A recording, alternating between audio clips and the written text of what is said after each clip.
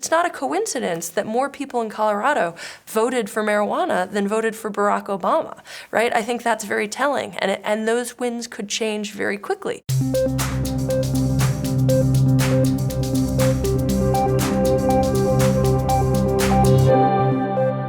Hi, I'm Reihan Salam, and this is the Vice Podcast Show. I'm joined today by Rebecca Richman Cohen, director, producer, and writer of Code of the West, a lecturer in law at Harvard Law School, and also a Soros Justice Fellow. Rebecca, thanks very much for joining me. Thanks for having me.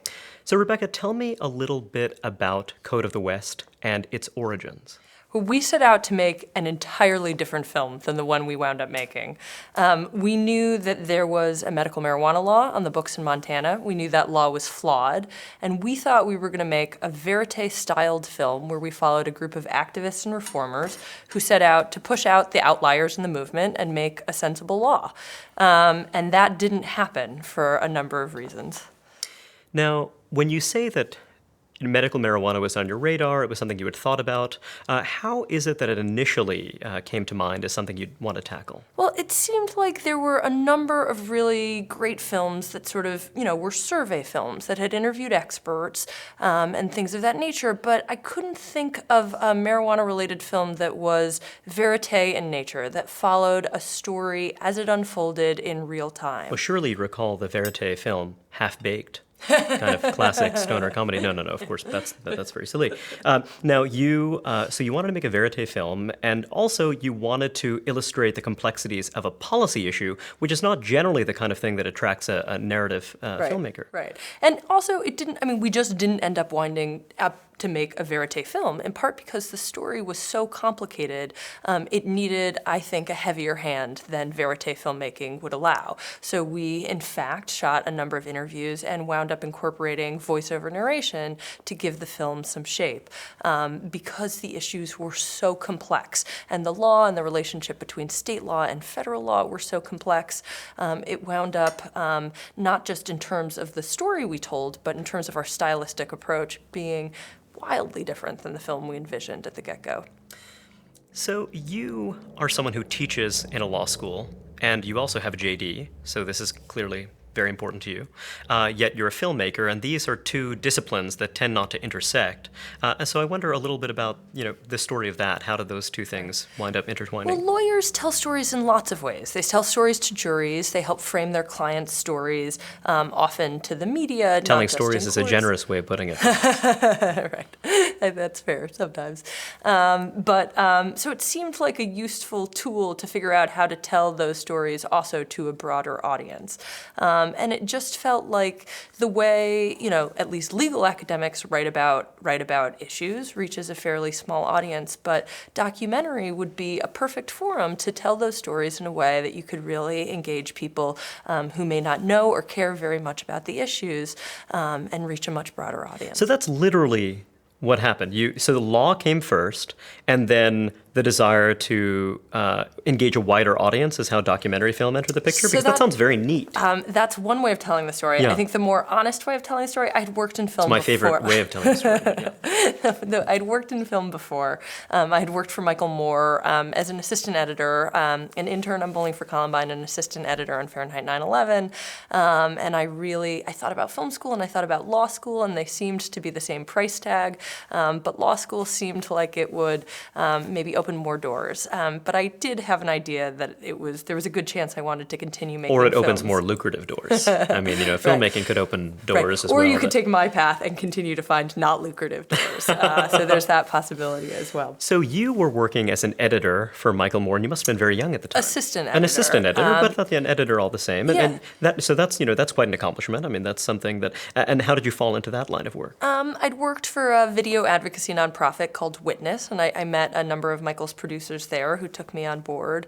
And it's just an amazing, assistant editing is a great way to get, I think, into film and video and documentary, because you see how films come together at their seams, and you have the opportunity to be mentored by master editors.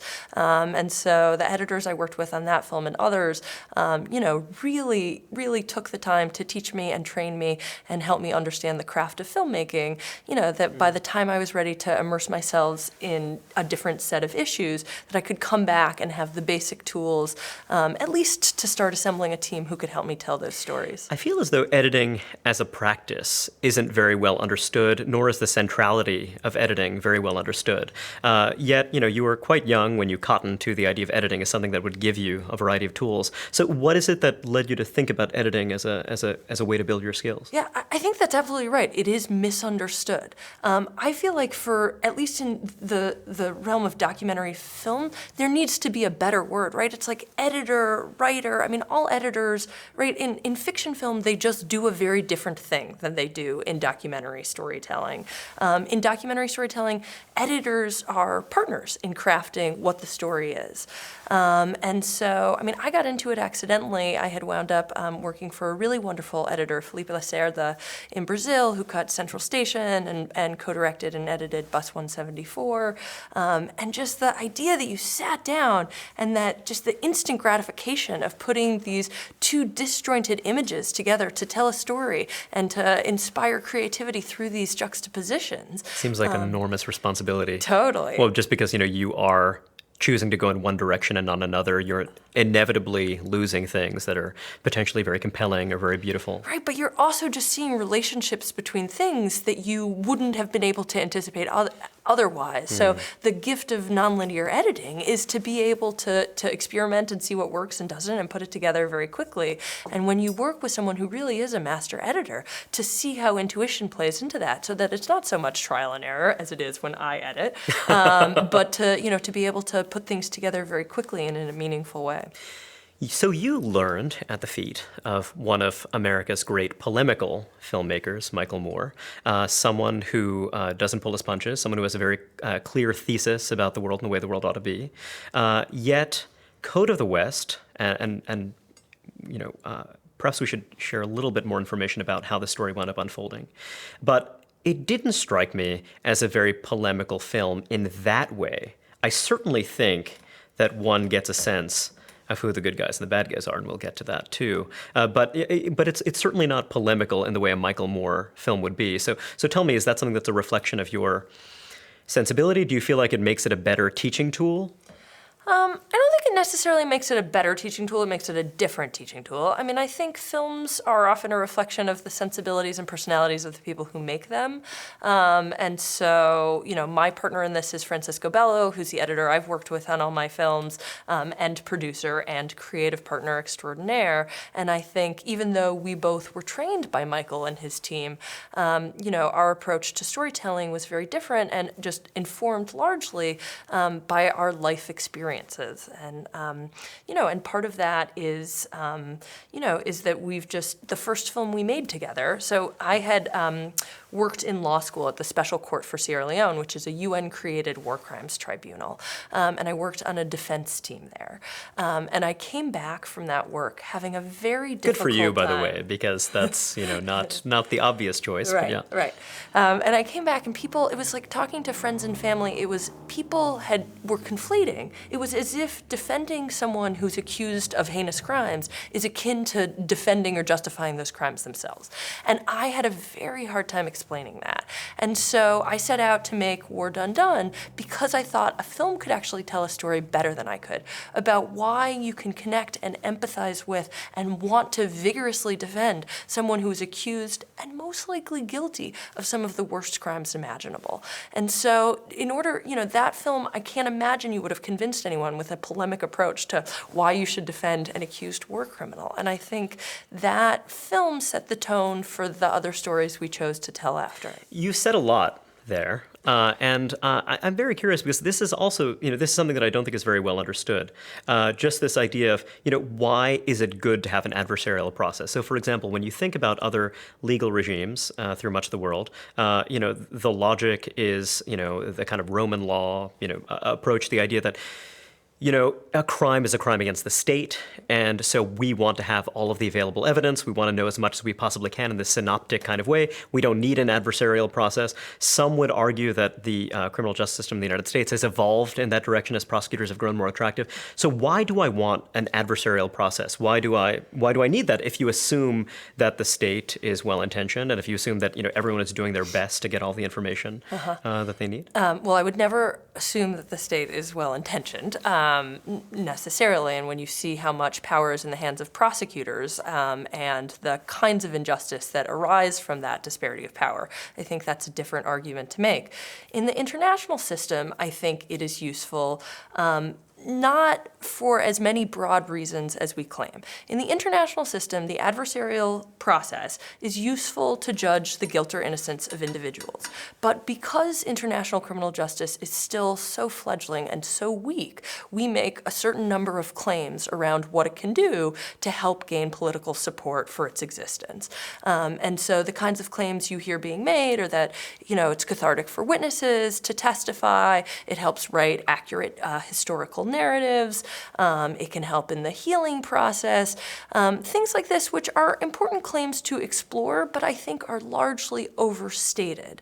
And I think the adversarial process, international criminal prosecutions, are useful as one of many tools in the transitional justice arsenal, but the international community has chosen it of late as one of its favorite tools, I think often at the expense of a more holistic approach that would incorporate things like truth and reconciliation commissions or more grassroots-oriented activities. And so you see a whole lot of money going to these institutions, often at the expense of other approaches. Interesting. On the premise that this kind of legalistic approach has symbolic significance as opposed to things that are really trust building and institution building that kind of manifest. So it's funny that you as a lawyer would think so, and I'm sort of delighted to hear that you are right. Open-minded in that way. Now, going from Sierra Leone to Montana isn't necessarily the most obvious kind of choice. But I wonder if there were certain things that you learned in the course of making the first film that informed this one.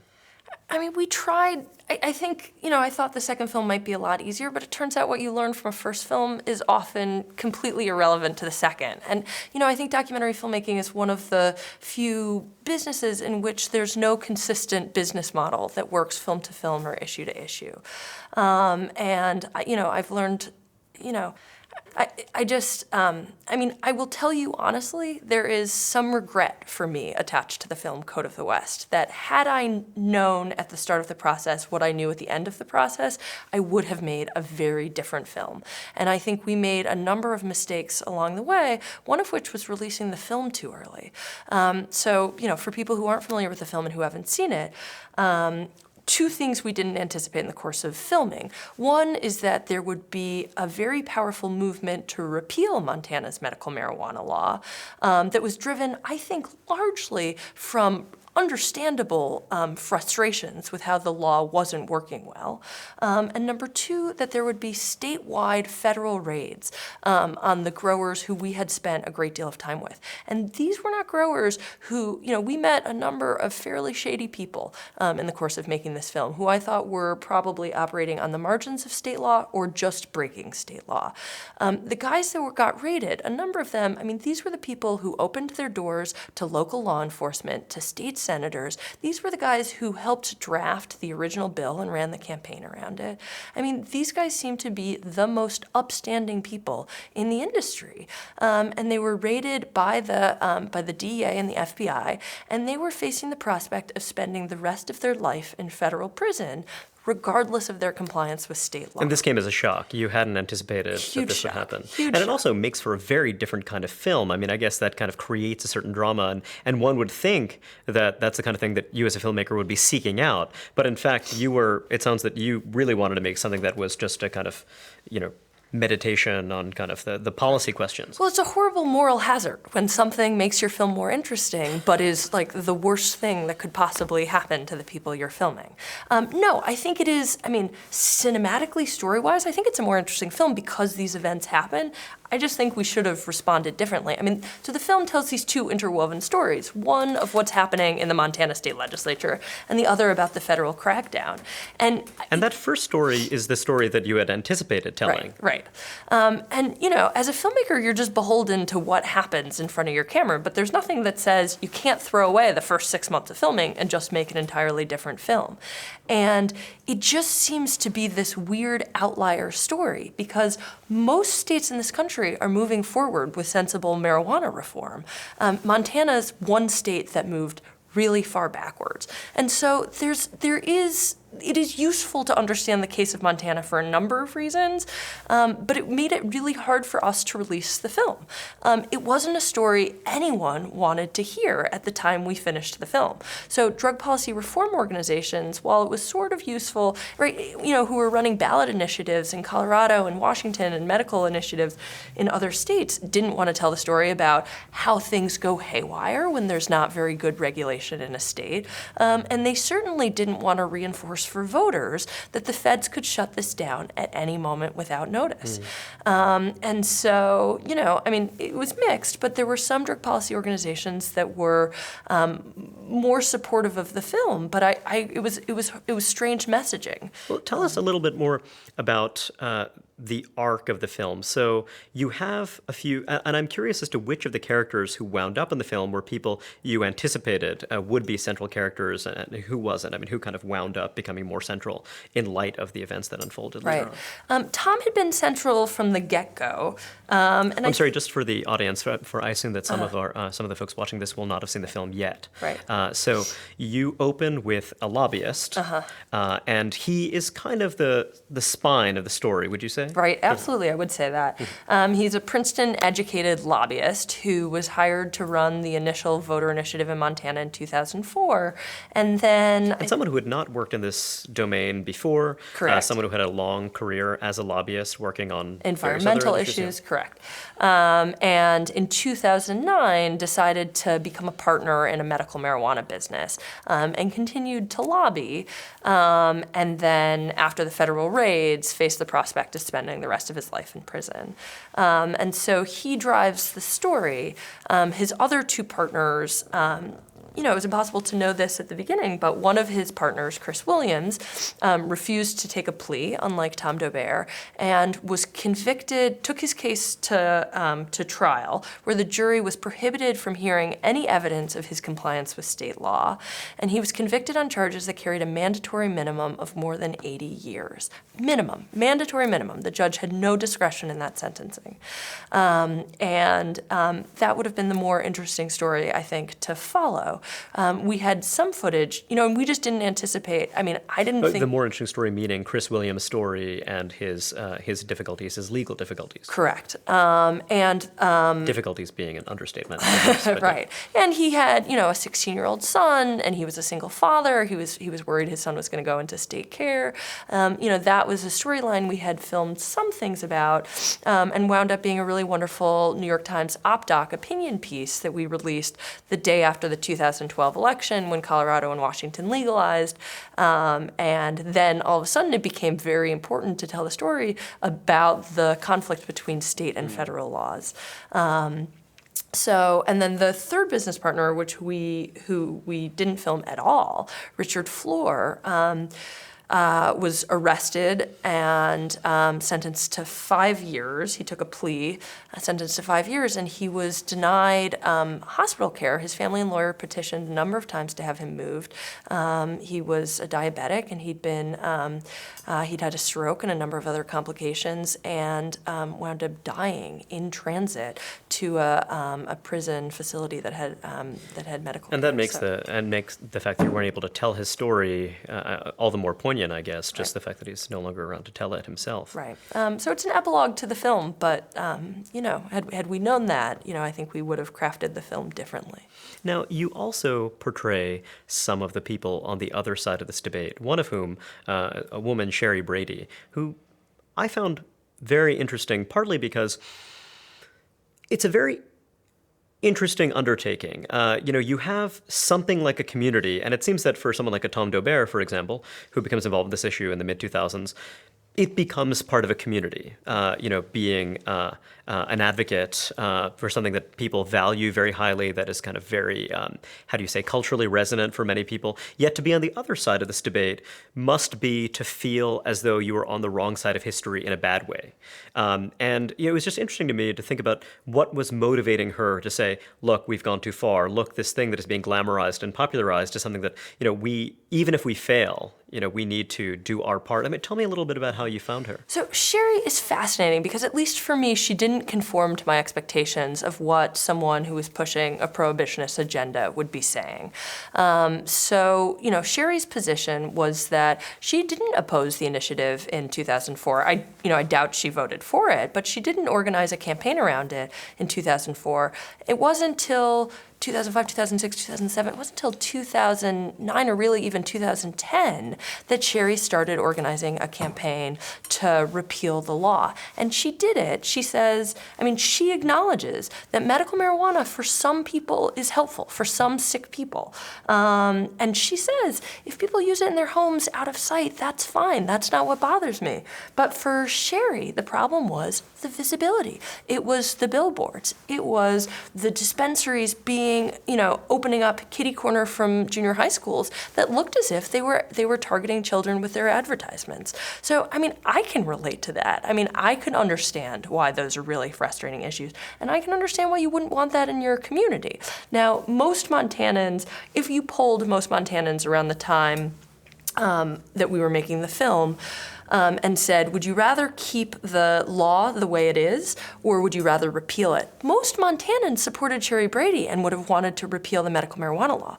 Now, if you rephrased the question and you said, would you rather fix the law or repeal it, an even larger majority said, I think we can fix it, right? There's now 20 states that have medical marijuana laws on their books and have learned a lot from the lessons of the states who haven't done it well. There is a way to put sensible regulations on it. Yeah, this seems like a very interesting conceptual question, also an interesting issue of political strategy as well. If you can divide the opposition by saying that, well, look, we have this third way. Now, the question is that third way actually viable? Certainly you have other jurisdictions with some experience, but it seems that all these jurisdictions are struggling with this question in various ways. There's also just what you say vis-a-vis Sherry. One thing that I find very interesting is this idea that when things are done privately, yet when they're not culturally celebrated or recognized, that's one thing. You see this also with the debate over assisted suicide or euthanasia. This is a practice that had been in place for centuries, was something that was tolerated, yet it was not formally codified. Mm-hmm. And because it wasn't formally codified, it is regulated by certain shared agreements and cultural practices, but as soon as you make it explicit, that's when everything goes to hell. Right. I think that's absolutely right. So the name of the film is Code of the West, and it comes from this other debate that was happening in the state capitol, which we thought resonated exactly with the issues in the marijuana debate, which was about a sort of nostalgia for an imagined past, right? It's not that Sherry and her side claim teen use has quadrupled since the law passed, right? And the research the federal government's own research just doesn't bear that out, doesn't show that. But it was an idea that when you didn't see it, it wasn't part of the culture in the same way. So it's not that teen use has changed a lot. It's actually always been fairly high in Montana. It was just high under Prohibition, right? Before the medical marijuana law was passed. It's just been high since my parents' generation. And it's been ubiquitous, and it's easy to find in high schools. Tom's argument is, the difference between before and after medical marijuana laws is that now people like Lori Burnham can go to a nice dispensary instead of having to go to the high school to buy it. And I think that makes a lot of sense. So it was really about what I saw from Speaker Mike Milburn and Sherry Brady as wanting to go back to a time that I think never actually existed. So the real difference is just in the visibility of the problem, and perhaps from Tom Daubert's perspective, better to have the problem acknowledged and visible, and better to have people who are not part of these social networks through which they can gain access to marijuana have access to it. I think that's largely true. It's not perfectly true. I mean, I think there are harms that are associated with marijuana use and legalization, but the vast majority of Americans believe that, at least for medical, the harms associated with complete prohibition are far greater than the harms associated for its use. And now 58% of Americans support legalization. So, I mean, it is a cost-benefit analysis. Will teen use stay the same if many more states start legalizing for adult use? I don't know. I think it's a real possibility that use starts increasing. Visibility will increase. I mean, there will be changes, and not all of them will be good. I think the question is just, is that better than having 50,000 arrests in New York City a year for marijuana possession? Is that better than the 800,000 arrests we have nationally for marijuana? Now, what is it about Montana, given that you've seen a movement towards legalization is not, in fact, the right term for it, but a kind of decriminalization or a kind of moves towards regulating in different ways, pursuing different regulatory strategies for the consumption of cannabis and what have you. What is it about Montana specifically that led to this backlash that we perhaps haven't seen with the same intensity in other states that have similarly had medical marijuana on the books for a long time? I think no other state has had a law as flawed as Montana's. California was a patchwork of regulations because it was regulated county to county, but county to county, it's easier to fix than when you have to do a big fix at the state level, which is just a longer, more cumbersome process. So, I mean, I really think Montana had the worst law on the books of any of the medical marijuana states, and I think that was part of it. And I just think it was a state just specifically, what was it that was so, I mean, was it that it wasn't sufficiently, it didn't give enough autonomy to kind of local officials, or sort of what was it about? So that was part of it, right? So Montana has a powerful libertarian ethos. So there were some communities that didn't even have the ability to enact zoning laws if they wanted, because they had voted out that ability for themselves. So part of it was just basic zoning stuff. And part of it was, I mean, it was a law that was largely the Wild West.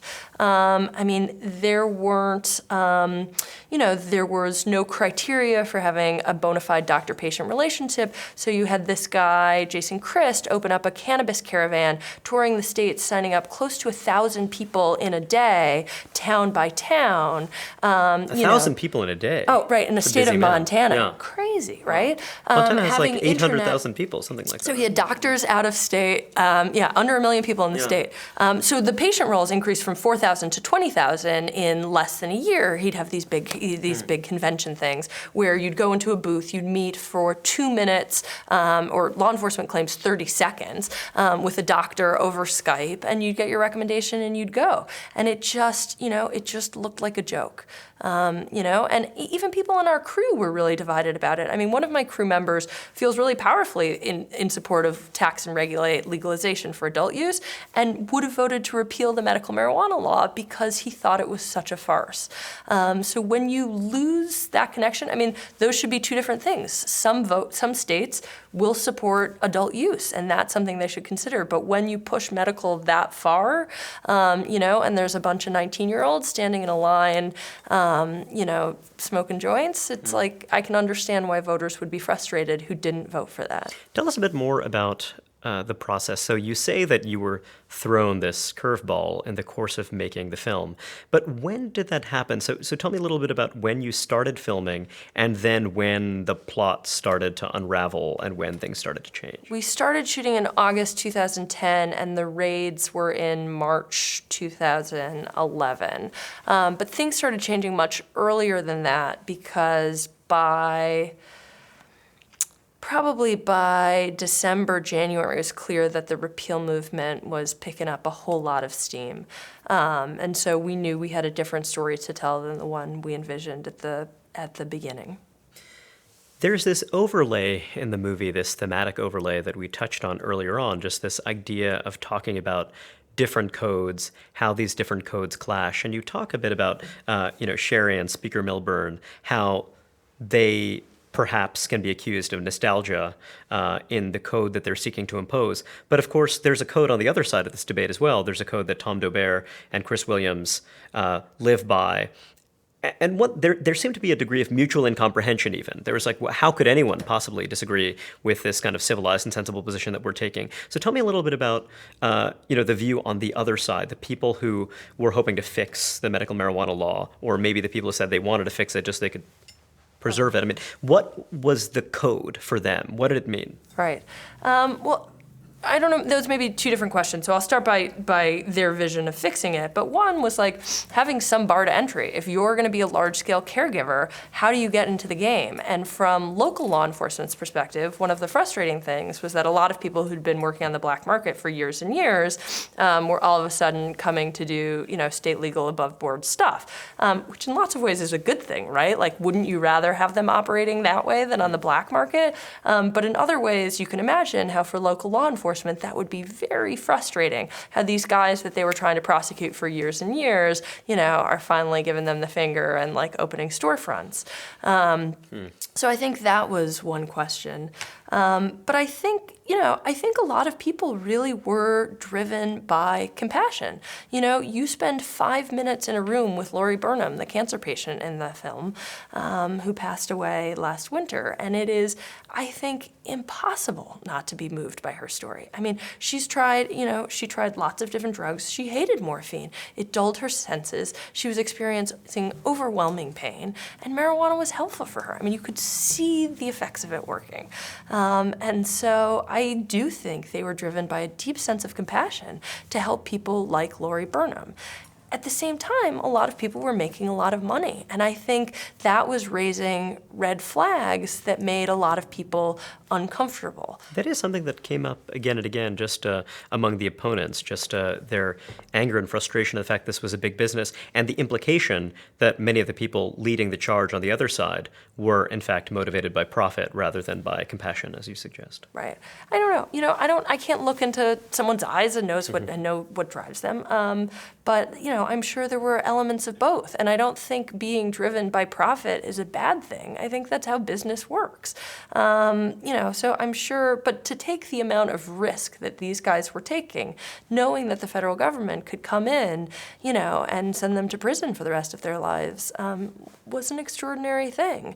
And I think it is unconscionable that the Obama administration would send such strong signals that they were going to lay off state legal growers and then come back and do these sorts of raids. And it didn't happen that way in other states, right? In Colorado and Washington, growers received warning letters from the U.S. attorneys in those states saying you have 45 days to close up shop or we're going to prosecute you.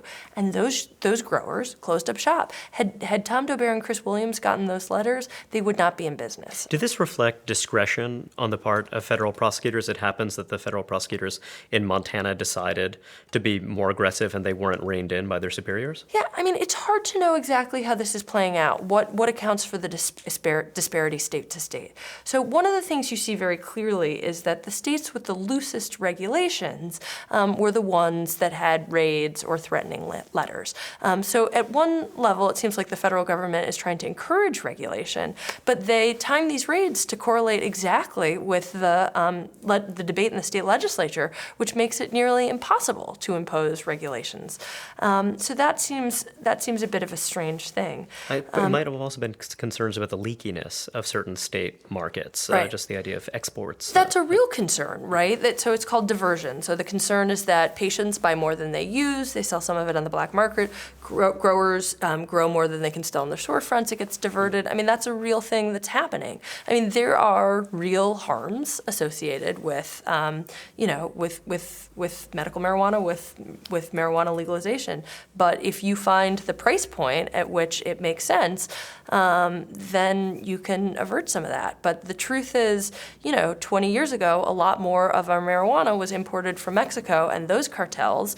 And now that it's coming from California and Colorado and other states, I think, So you didn't really see any rhyme or reason to the way the federal prosecutors approached this. It does seem as though they were targeting states with weaker regulation, yet it also seems as though they were timing these raids in ways that if that were their goal, to nudge the state towards more stringent regulation, they weren't doing it right. Yeah. I mean, it is just hard to know if it's individual personality driven, if different U.S. attorneys just approached this different ways, because it seems like, at least particularly in the case of Chris Williams, there wasn't much rhyme or reason, but I would be surprised. So Chris was convicted on charges that carried a mandatory minimum of more than 80 years. And immediately after his conviction, the prosecutor came back and said, hey, if you just waive your right to appeal, we'll drop most of the charges against you. You'll be facing 10 years and a $250,000 fine.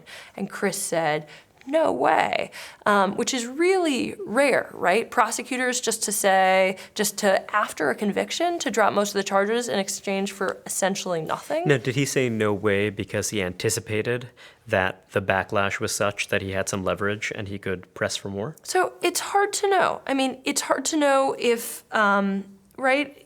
The fine line between being a deeply principled person and having a martyr complex, I think, is like a very fine one. I mean, I think there were, would this have been the best test case to bring up to the Ninth Circuit if you were going to call out some of these legal issues? Yes, because it's so extreme. But did he have a legal leg to stand on? Do I think he had strong claims? No, I think Chris Williams would likely have spent the rest of his life in federal prison had he not taken the deal.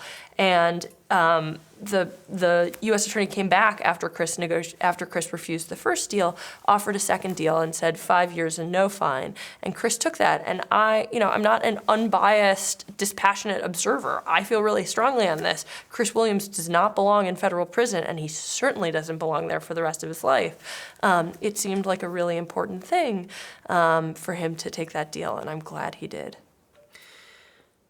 So I wonder, just to return to this idea of the question of these different codes, Montana is not a state, perhaps unfairly, but it's not a state that we think of as very diverse, as very culturally diverse, although that's, of course, changing in various ways. Yet what we're dealing with is a kind of normative diversity, a diversity of sensibility, even if people are from the same kind of cultural background. And this is something that, when you look at the idea of the culture war in our politics, it seems that this is a classic case of it. The issues are different from an issue like abortion rights or the death penalty, but the intensity of feeling on both sides of it, seems quite related. And I wonder, looking at how this debate unfolded in Montana, does it make you question the governability of a society in which you have such intensely different and intensely held worldviews? I'd never thought about it exactly in that way.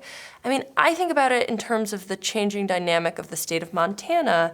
That is, one of the biggest changes to Montanan politics is that, what's the word I'm looking for? Is that there were term limits that were imposed. And so before you knew your state rep had served for a very long time, and your state rep was serving your interest and had a whole lot of experience behind him or her. And as soon as that was abolished, there was a big wave of freshman Tea Party officials who came in shouting really loudly, making it really hard to get anything done. And Montana, in some ways, by its very nature, is a very conservative state. It makes it hard. When were term limits imposed? I don't know the exact year, but there was a sea change in the politics in Montana really right before we started filming in 2011. So in Montana, the state legislature meets 90 days every 2 years and then goes home. And that's, right, they created a citizen legislature so that there wasn't a professional ruling class, so that there wasn't a huge division, so that it was your dentist or your teacher or, someone from your community who could go serve in state government. And they also did it, I think, so that you couldn't spend a whole lot of time writing laws. I mean, it is a state that I think its very ethos is opposed to having a ton of regulation. And so it is hard to make change in that state. And so I think in some ways that tempers sort of these, huge disparate feelings between the parts of the state. And it really, in so many ways it feels like two states. It is the mountainous western part of the state that has libertarian elements but is much more progressive, and the eastern part of the state, which is culturally much more akin to North Dakota, that's defined by Billings and some of the communities more similar to that, that are arch conservative. What about people who arrived in Montana post-1970? It seems that there are many states, Vermont comes to mind, or also coastal Maine, places where you have so-called flatlanders who came from big cities, migrants who came and changed the culture in various ways. Is that part of the cultural mix in Montana? And and did that play a role also in the political debate? Yeah, I'm sure that's part of it, but I do think the idea that even longtime Montanans, still have a powerful sense of what it means, of what freedom means. And so I think that's why it was such an easy state, to push for the initial ballot initiative. And I think that ultimately worked against it, worked against its own interests. Because unlike states like Massachusetts, where you saw in this recent ballot initiative to legalize for medical, there was strong and organized opposition. The major papers opposed it. And so advocates who were proponents of the medical marijuana law had to create really strong coalitions to get the law passed, to raise awareness about what's going on and get people on their side, and then to think through those regulations. And that never happened in Montana because there was no organized opposition against it, because it was low-hanging fruit. And so you can come in, throw a little bit of money at that campaign, and you get a law on the books, but then there's no money and there's no organization to support that law. And that's why it fell apart in Montana. Is this something that Tom Daubert felt as well, given that he had been involved in that initial campaign? Was this one of his regrets? Yeah, I can't speak to Tom. I can't speak to exactly what Tom would say about it, but I do think it's much harder. I think Tom would say it is much harder to build those coalitions in the face of a law that's already not working. It's easier to start pushing for the regulations earlier when you're still, before the dispensaries have proliferated, before so many people have a strong business stake in it, and before there is so much wide dissatisfaction with the law. Tell me a little bit about what you see as your project and how it's been evolving since making Code of the West. So you said earlier on that you have some regret about how you approach the film. Of course, some of these things sound as though no one could have anticipated some of these changes. So, are there some choices you would have made differently just about how you approach the project, even not knowing that these things would have kind of fallen on your radar? Not knowing it would have been hard, but I think we rushed to release the film because it felt so timely and important, and we wanted the story out there. Tell me a little bit about the imperatives of filmmaking. For someone who had made a well-regarded film about Sierra Leone and issues that you knew about very well, what are the imperatives there? What are the pressures that you, as a young documentary filmmaker, face that would make you think, gosh, let's strike while the iron is hot. Let's finish this project quickly. One is credit card debt, which is often a pressing thing for independent documentary filmmakers, is right. You just want to finish your film and sell it. It's really hard to anticipate the timeliness of a film. And the truth is, marijuana will be a timely topic for a long time to come. It wasn't that we had a small window to release the film in. And, I had other projects I wanted to move on to. I was teaching. I think there were a lot of things going on. We should have kept filming for another full year. That's my regret with this film. And the more interesting story is the story that happens in the aftermath of the raids, which at the time felt like, I guess in the arc of the film, it's sort of the middle section, but I think is really the beginning of a much more interesting story about what happens in the face of all this federal uncertainty. How do you run a business without very much guidance from lawmakers or from government administrators? Questions like this, I think, would have been more interesting to explore. One wonders. If you think about Montana and the fact that you have this relatively weak law, this law that doesn't sound as though it had been terribly well considered, but in the absence of the federal raids, do you think that it would be possible to reach some kind of accommodation, internally, given the balance of political forces and what have you? Or do you think that in the absence of that pressure from the outside, you just would have had this problem that never would have gotten resolved? The problem still didn't get resolved in Montana. So now I think there's even fewer regulations. It really is the Wild West of marijuana, and there's even more uncertainty. I think so right now it looks like the Obama administration is sending clear signals, that they will not enforce federal law for states that have, rigorous regulations. They've sent out lists, that don't, where dispensaries don't operate near schools, where there's not a lot of divergence to the black market, questions like this. And so by those guidelines, actually the adult use regimes in Colorado and Washington look pretty good, but a lot of states' medical laws still, I think, don't stand up to that level of regulation. Federal prohibition doesn't make sense. I think the end goal from a policy perspective has to be to abolish federal marijuana prohibition, not to reschedule, but to abolish, to end marijuana prohibition, and to throw it back to the states to figure out what to do for themselves, and to have 50 laboratories with 50 different policies so states can learn from other states. And some states like Washington and Colorado will legalize for adult use. Some states like Utah and the Dakotas will probably never legalize. Some states will have medical regimes. But to try and figure out sensible regulations in the face of so much uncertainty. So for now, it seems like the Obama administration is going to let this go forward. But it's not a coincidence that more people in Colorado voted for marijuana than voted for Barack Obama, right? I think that's very telling. And those wins could change very quickly. They could change with another administration. They could change if there is another backlash and public opinion changes. Although at the moment, it looks like there's a huge sea change towards the support of adult use. And even though there's a sea change, when you think about how U.S. laws interact with international conventions and much else, and I think it speaks to a lot of the ways in which our system of federalism and also just administrative procedure and much else. It's just kind of so weirdly chaotic. This is only one of many kind of gray areas in terms of the interaction of federal and state governments, but it seems to be one that's causing a lot of problems. Right. So I wonder about your next project. And having worked on, something that's based in the United States, something that, was a pretty fraught policy issue, and something that you kind of feel as though, maybe you rushed into the project a little bit.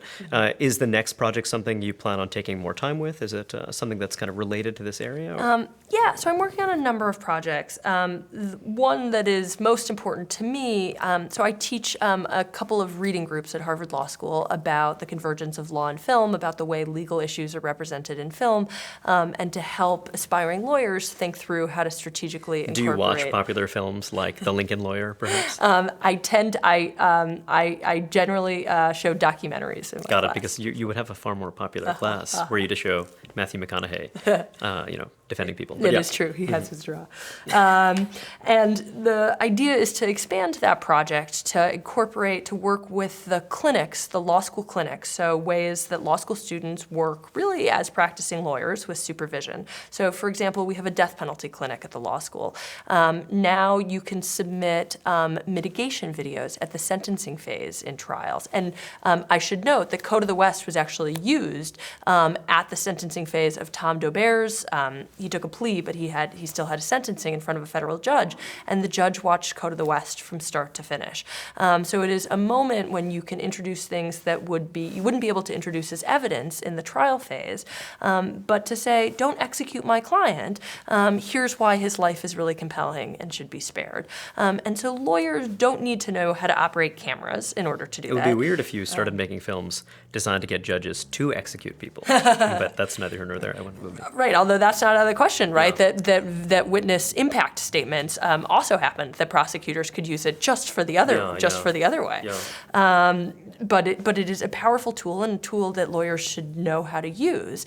And it's not that you have to train law school students in film production, but you need to train them in storytelling and strategic messaging, and they need to know how to work with media professionals to tell their stories. So the Human Rights Clinic raises awareness, or publicly shames human rights perpetrators, or things like this. Those are tools that lawyers now need to have in their arsenal. Do you see yourself affiliated with academic institutions for the long haul? Is this something that you always want to be a part of your practice? I hope so. I mean, I love teaching and working with students, so that's wonderful. I also think that it's just a hard life being an independent filmmaker, and so it is wonderful to have a home, and to have a home with a water cooler where you run into other people doing fascinating work and you get to bounce your ideas off them. And I couldn't think of a better place to be. And so you've collaborated with the teaching faculty, I assume, in other ways as well? Right.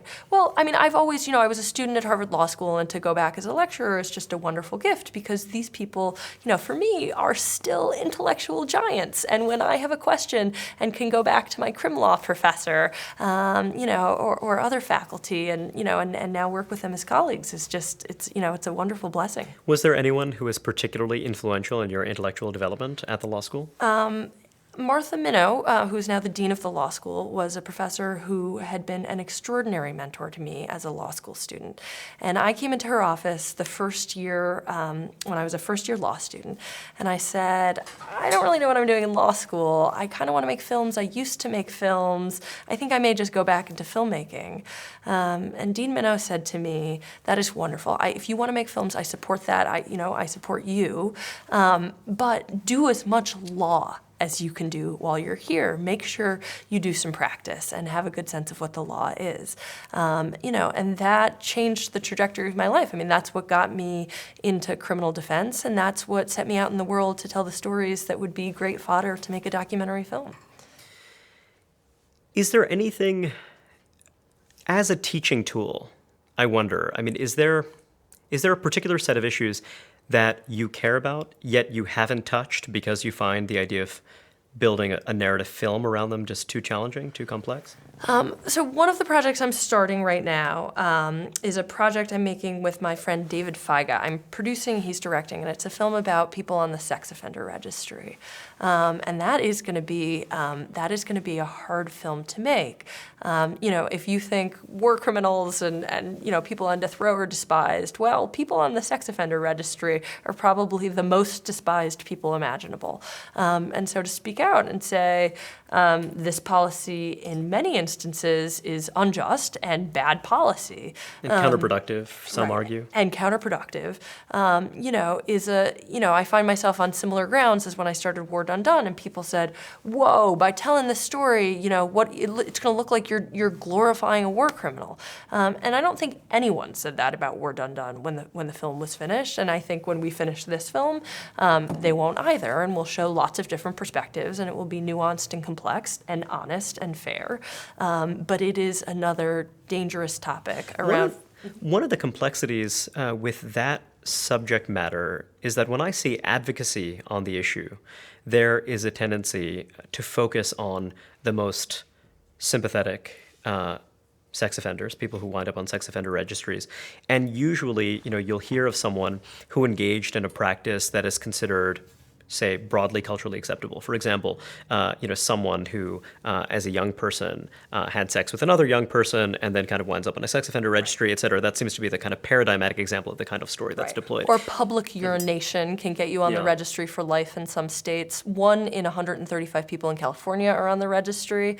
So yes, there are a number of sympathetic cases that we should reconsider. But I wonder if there's a danger in that. I wonder if there's a danger in, just kind of focusing on the low-hanging fruit. Right. And just kind of focusing on the most sympathetic cases, given that the really intellectually interesting challenge is, people who did commit egregious, grave crimes. It could be that these restrictions on them, some argue that these actually kind of make it more difficult for them to, basically stop offending and what have you. I mean, that's, that seems like really Right. thorny territory. There are a small number of predatory people who are on the registry who, should be in prison because they are a danger to other people. And so I think it is impossible, not to tell this film without investigating those hard cases. And you're right, from a policy perspective, for at least some of them. So there's a case in Florida of, a number of men who live under a bridge because a lot of people on the registry are homeless and have a hard time, finding places where they're allowed to live.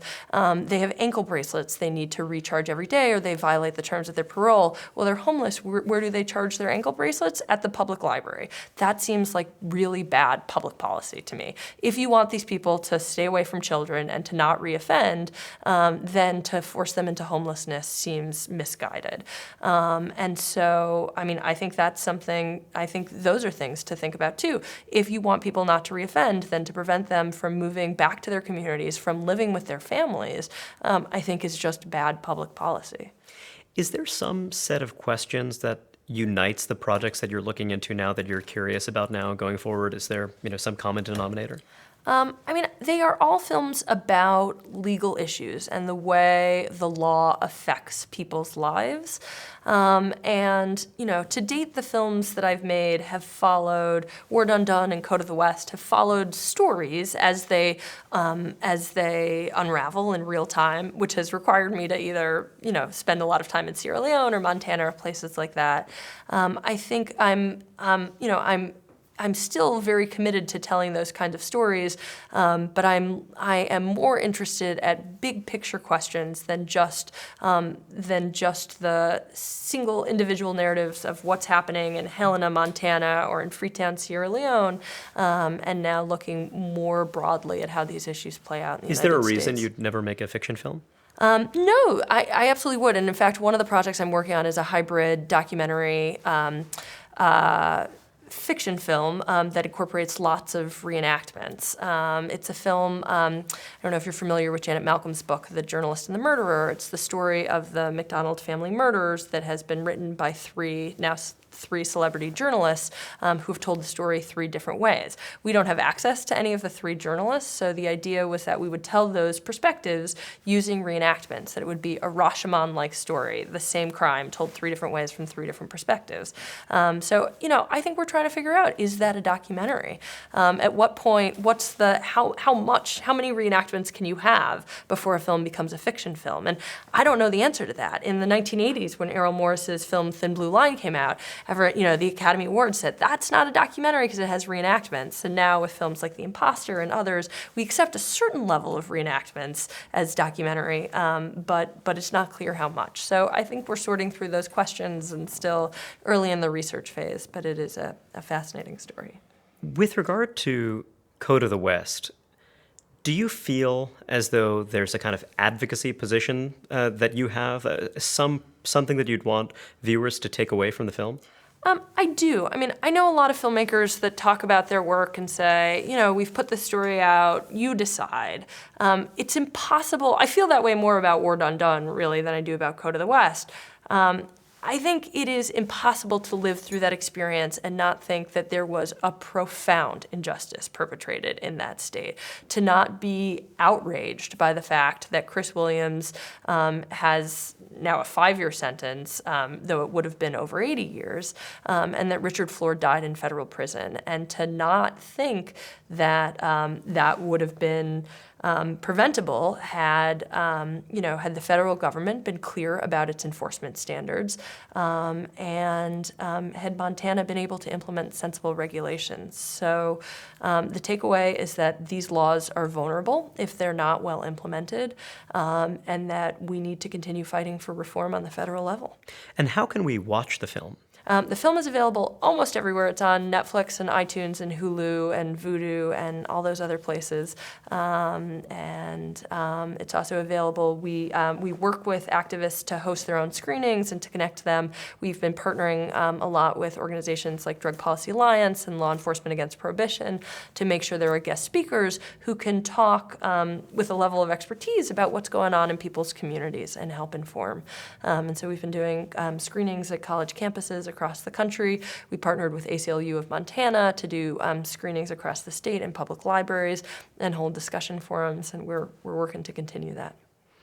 Thank you very much for joining us, Rebecca. Thank you.